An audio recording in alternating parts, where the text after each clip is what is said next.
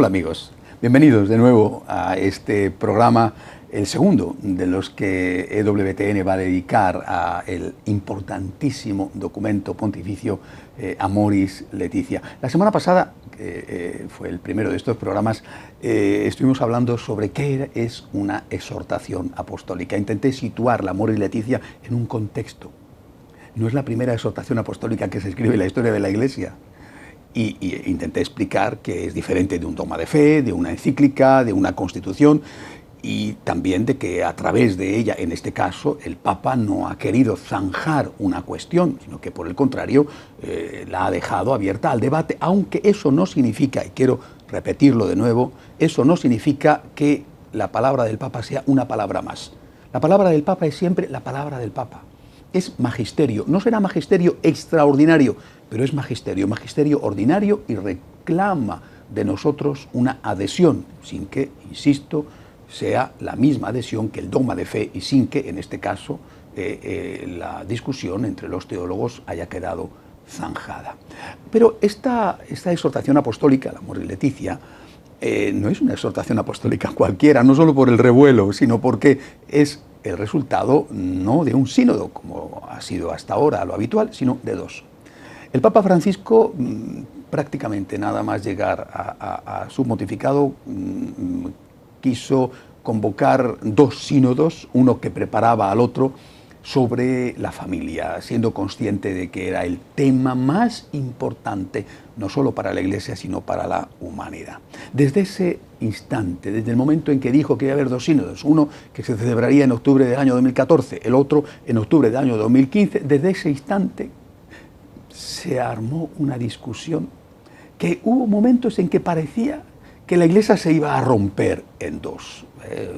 No sé con qué porcentaje para cada uno de los lados. Ya hemos visto que afortunadamente, gracias a Dios, esto no ha sido así.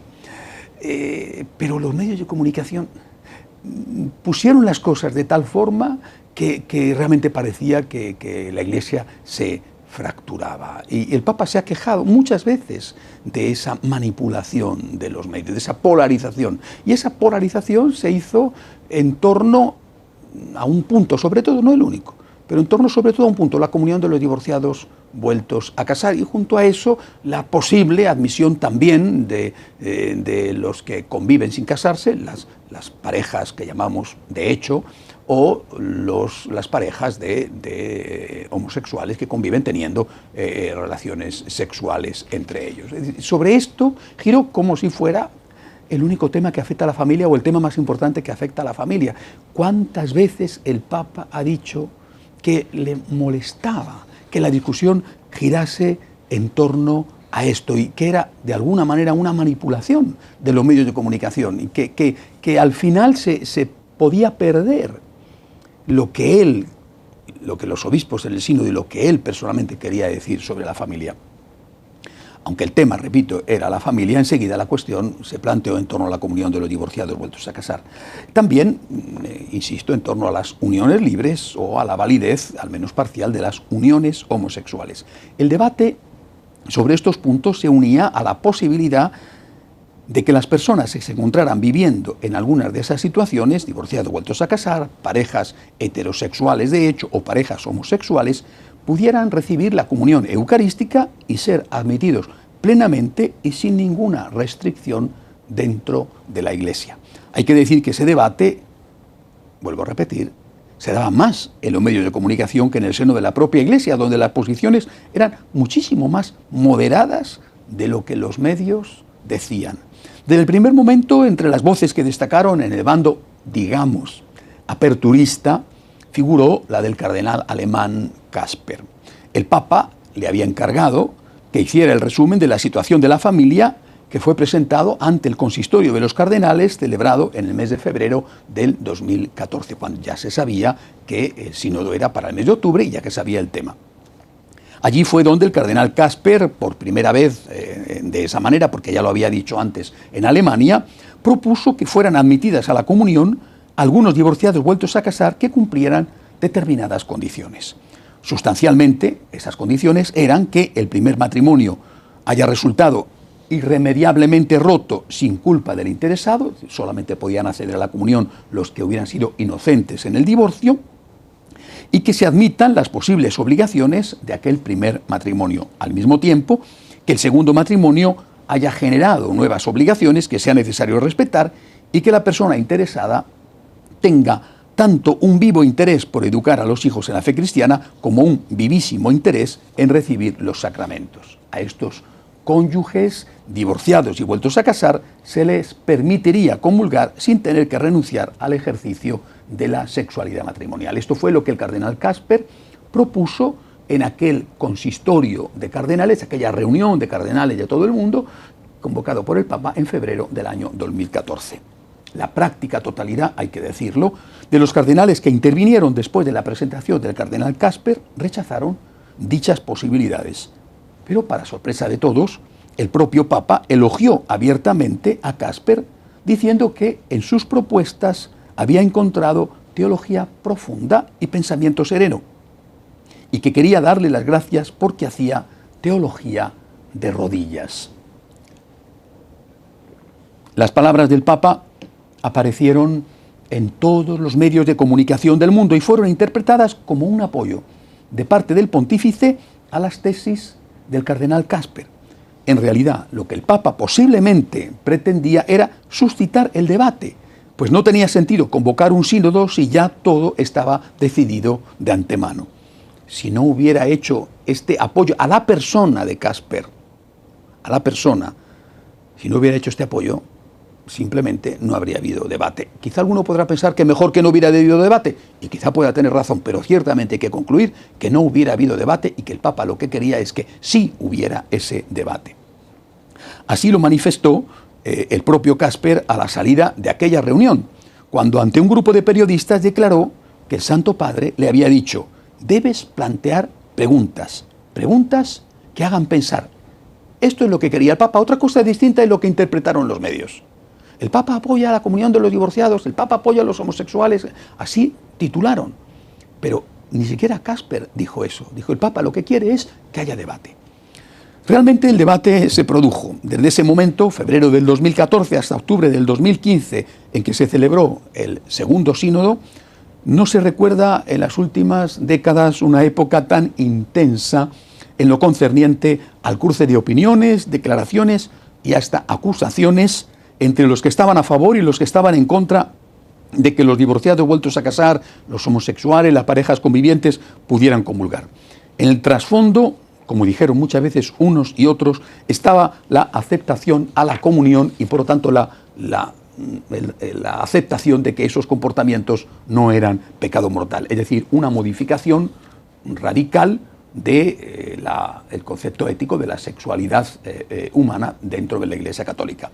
Pocas semanas antes del sínodo se conoció la publicación del libro titulado Remaining in the Truth of Christ, Marriage and Communion in the Catholic Church, permaneciendo en la verdad de Cristo, el matrimonio y la comunión en la Iglesia Católica, editado por Robert Dorado y disponible a la venta ya el 1 de octubre, que reunía capítulos escritos por 5 miembros del Colegio de Cardenales y otros 4 teólogos, es decir, justo muy poco antes de que empezara el sínodo, el primer sínodo, el de 2014. Los 5 cardenales eran nada menos Cardenal Miller, prefecto de la Congregación para la Doctrina de la Fe; Cardenal Burke, prefecto en ese momento del Tribunal Supremo de la Asignatura Apostólica; el Cardenal Bram Miller, presidente emérito del Comité Pontificio de Ciencias Históricas; el Cardenal Caffarra, en ese momento arzobispo de Bolonia, uno de los teólogos más cercanos a Juan Pablo II en cuestiones de moralidad y de familia; y el Cardenal de Paulis, que en ese momento era encargado de supervisar a los legionarios de Cristo y era presidente emérito de la Prefectura de los Asuntos Económicos de la Santa Sede. Los autores del libro y la editorial decían que el libro abordaba los documentos bíblicos que sostienen la actual doctrina de la Iglesia, así como las enseñanzas y prácticas de la Iglesia primitiva, que recorría la historia de siglos de resistencia católica a la recepción de la comunión por parte de católicos divorciados en nueva unión, que revelaba las serias dificultades teológicas y canónicas inherentes en las prácticas del pasado y presente de la Iglesia ortodoxa, a la cual se le ponía muchas veces como ejemplo, y que la fidelidad de muchos años de la Iglesia a la verdad del matrimonio, constituye el fundamento irrevocable de su respuesta misericordiosa y amorosa a la persona que está civilmente divorciada y vuelta a casar.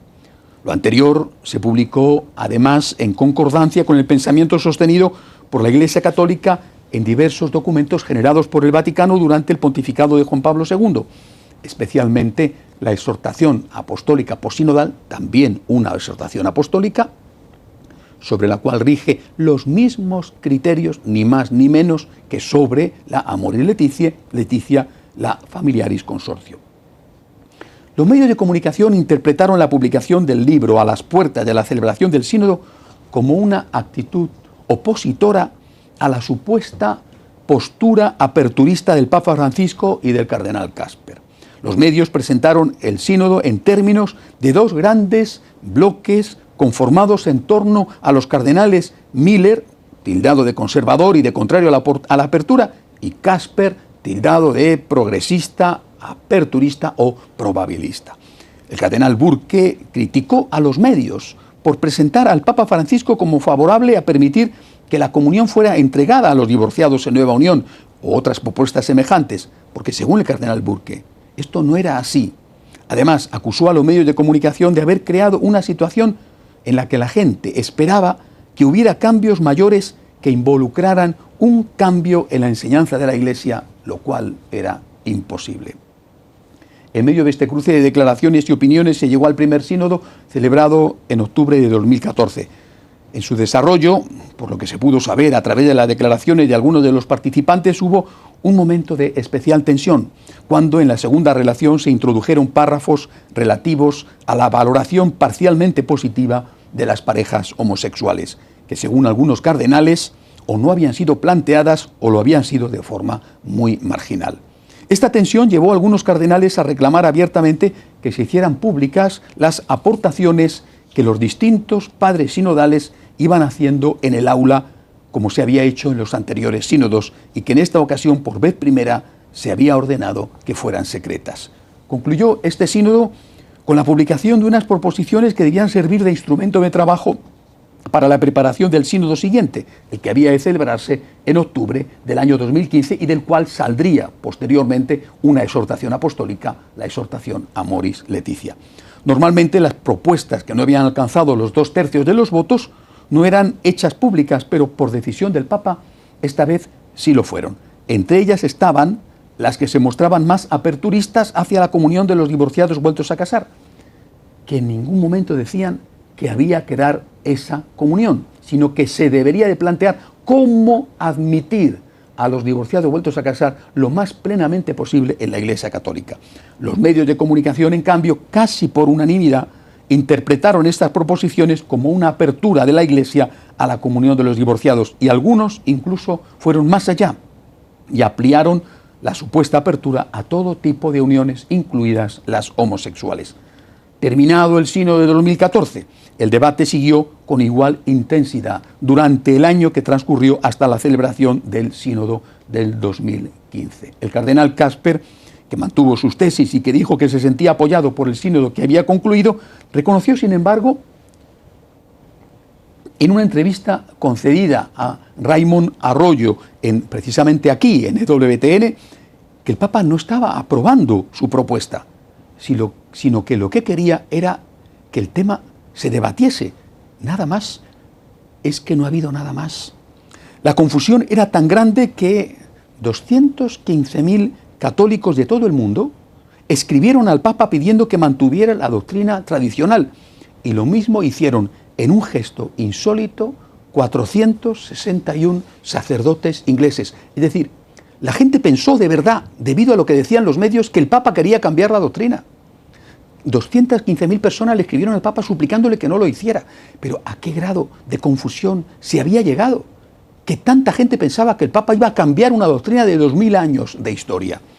En medio de esta tensión se llegó a la celebración del Sínodo de octubre de 2015.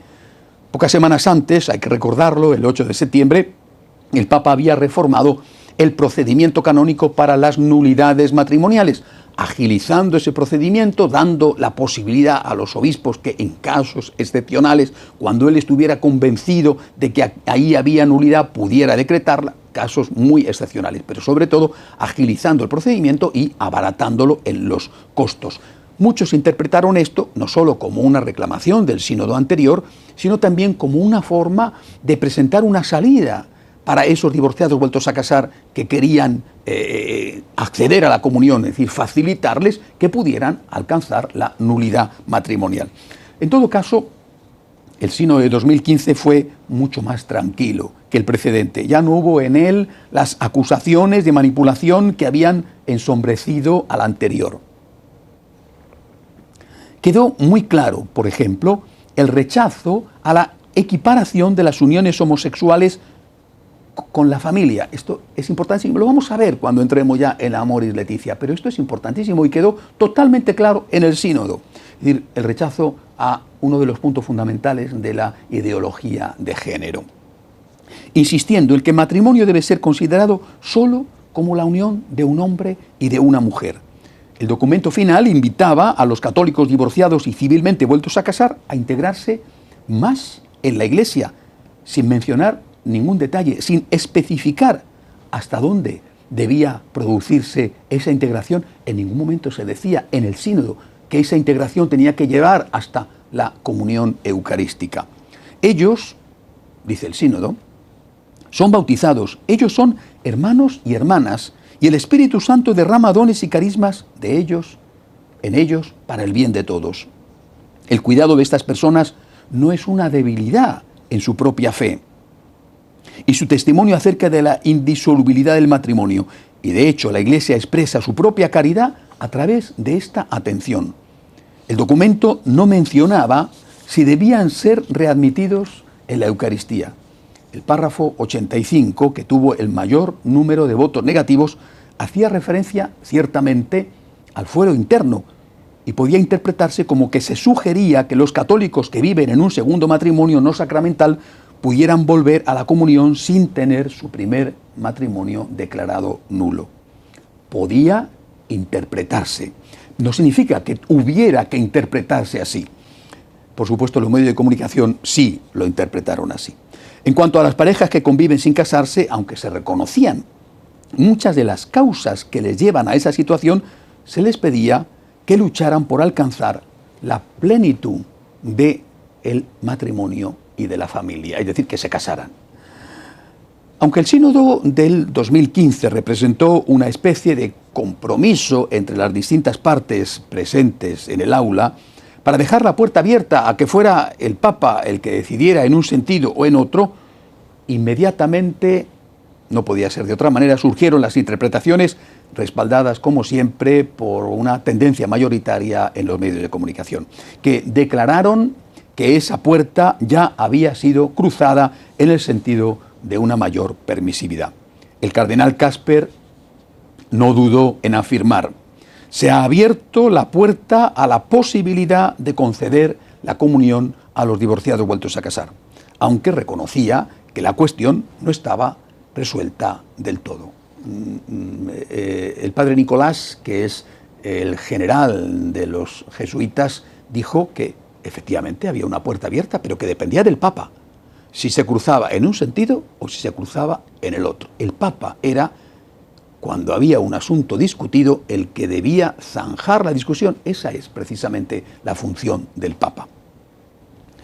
Otros, en cambio, como el cardenal Dolan de Nueva York, ante la confusión existente, decidió escribir una carta a los feligreses de su diócesis donde decía: se ha dado mucha atención en la cobertura sobre el sínodo si aquellos que se han casado sacramentalmente de forma válida, divorciado y vuelto a casar, civilmente pueden recibir la Sagrada Comunión. De hecho, ese tema candente, decía el cardenal Donald en su carta, no fue tan predominante en el sínodo como en la prensa. La práctica continuada de la Iglesia, recientemente confirmada por San Juan Pablo II después del sínodo sobre la familia de 1980, cuando publicó la exhortación apostólica Familiaris Consortio, y renovada por el Papa Benedicto XVI, después del sínodo sobre la Eucaristía del 2005, es que no pueden, mientras la segunda unión conyugal continúe, recibir la comunión los divorciados vueltos a casar. Son palabras del cardenal Dolan, es la consecuencia necesaria de lo que Jesús enseñó sobre el divorcio y el recasamiento y de lo que el apóstol San Pablo enseñó acerca de estar en estado de gracia para recibir la Sagrada Comunión. Las propuestas finales de los obispos del sínodo no hicieron nada para alterar esa enseñanza. Palabras de alguien tan importante en la Iglesia como el cardenal Dolan, arzobispo de Nueva York. Es decir, mientras que unos decían, cardenal Casper, la puerta está abierta, otros decían, las cosas siguen igual, no ha cambiado nada. En realidad todo el mundo estaba esperando qué podía ocurrir con la exhortación apostólica Amoris Laetitia. La respuesta a la confusión creada debía llegar. Y esa respuesta llegó, y llegó a través de la Amoris Laetitia publicada el 19 de marzo de 2016, que estudiaremos con detenimiento en los capítulos siguientes. El Papa había escuchado los dos sínodos y ahora era él quien debía tomar las decisiones, era él quien debía hacerlo y lo hizo. Es decir, nosotros ahora ya estamos más preparados para poder entrar con detenimiento en este importantísimo documento. Un documento que tiene algunas de las páginas más bellas que se han escrito sobre la familia, sobre la espiritualidad familiar. Un documento que reafirma con total claridad, sin dejar la más pequeña duda, la doctrina de la Iglesia, como no podía ser de otra manera, y la pastoral de la Iglesia, como no podía ser de otra manera, en cuestiones esenciales y debatidas hoy, como es el aborto, como es la equiparación de las uniones homosexuales con la familia. Es decir, temas decisivos donde el Papa Francisco ha sido extraordinariamente claro, ha hablado de una colonización ideológica, a veces impuesta con presiones económicas sobre los países más pobres. El Papa ha afrontado el tema, es cierto, lo veremos también, porque no vamos a ocultar nada, que en algunos puntos, sobre todo en el capítulo 8, hay temas que parecen dejar abierta la discusión. Pero es que ya lo dije en el programa anterior, es que estamos ante una exhortación apostólica postsinodal donde el Papa deliberadamente quiere que se siga debatiendo el tema, que lo dice él en la propia exhortación. Es decir, no ha querido zanjar la discusión, ha querido dar una opinión autorizadísima, su opinión, la opinión del Papa, que es magisterio ordinario, no extraordinario, tipo dogma de fe.